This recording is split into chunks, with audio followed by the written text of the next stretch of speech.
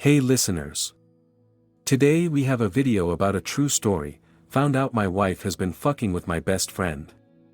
Keeping listening for the full story with actual people comments and my opinion at the end. Comment down below on what your opinions are on this. Happy listening. First, a little bit of background. I love this lady. I have spent 6 long years of my life with her, and our lives are deeply intertwined. I only had one other real girlfriend before coming across my future wife. We dated for 3 years, got married, and have been married for about 2.5 years. We have our ups and downs, our fights and romantic nights, just as any long-term couple has.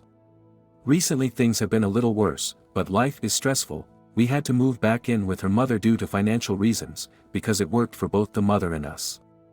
Recently, she has been hanging out with a mutual friend of ours quite often. She regularly goes and sees him while I am unavailable at work. They do seemingly normal things like watch TV, drink, go to the beach, etc.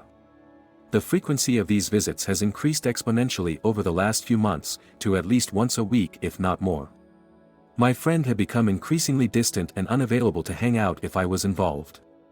I was becoming more suspicious with every rendezvous. Last Friday, after an unrelated fight with my drunk wife, I had the overwhelming urge to look at her phone.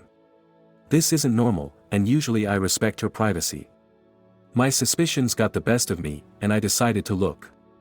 I pulled up the text message history with the guy. What I found killed me. Detailed, graphic messages, dating back at least 2 months. My stomach sank, I nearly became physically ill, I felt the blood rush from my face and became faint. There were messages referencing his dick in her mouth, her saying how he makes her insatiable, and in her words, we could fuck, in response to, what could we do? I was stunned. I couldn't process it. It didn't make sense. My mind was spinning. I felt more emotion in those few minutes than I ever have before. Disgust, betrayal, rage, regret, fear, and life-shattering sadness. How could my precious wife do this to me? Here I am picturing my sweet lady being fucked by this asshole, who had been my friend since before I had even met my wife. How could he betray our friendship like that? I can't say I didn't contemplate loading the gun at that point. If not for them, for me. I was destroyed, a sobbing wreck of a man, collapsed in bed next to his drunkenly passed out whore wife. I can't forgive her. I made up my mind right then and there, this is absolutely unforgivable. I have to get out. I have to leave and be on my own. I don't have any money saved up, I don't have my own car. I barely own much of anything at all. I decided not to tell her that I know yet, so I have time to prepare myself for solo living. Thanks to the support of my few friends, I was able to find a place to move in. I have another friend with a car I can buy. I'm getting my ducks in a row to drop a bomb on the whore and get the fuck away. This brings you up to date. As it stands right now, I plan to pack and move all of my things, while she's away at work tomorrow. I have to pick her up from work at the end of the day. I'll bring her home, she will see all my stuff gone, and the final argument will begin. I don't know exactly what I am going to say, but with as much as I have to say, it will come easily. Comment from Rosie Emufistic says. Why are you going to pick her up from work and drive her home? Why are you going to put yourself in a situation to either hear sobbing apologies, or hurtful put-downs, when neither is going to make you feel better or change your mind? Just leave. Go. She is a big girl, she can find her own way home to her empty house. Think of her AA scab. Scab sits there, on top of a wound. If you pick at it, not only will you bleed again, but the scar will be worse. If you ignore it, it will go away, leaving what has been healed. From Zinkaninko 13. After going through a similar situation, I sought the help of a therapist who told me something that helped me cope. She told me to change my perspective from viewing yourself as a victim, example, how could she cheat on me, to thinking of it as, she is a cheater, and, he is a bad friend. I hope that helps you. From Yugo Tawana. First of all, I really feel your pain. A very similar thing happened to my marriage about 3 years ago, except it wasn't a close friend of mine, it was just some guy.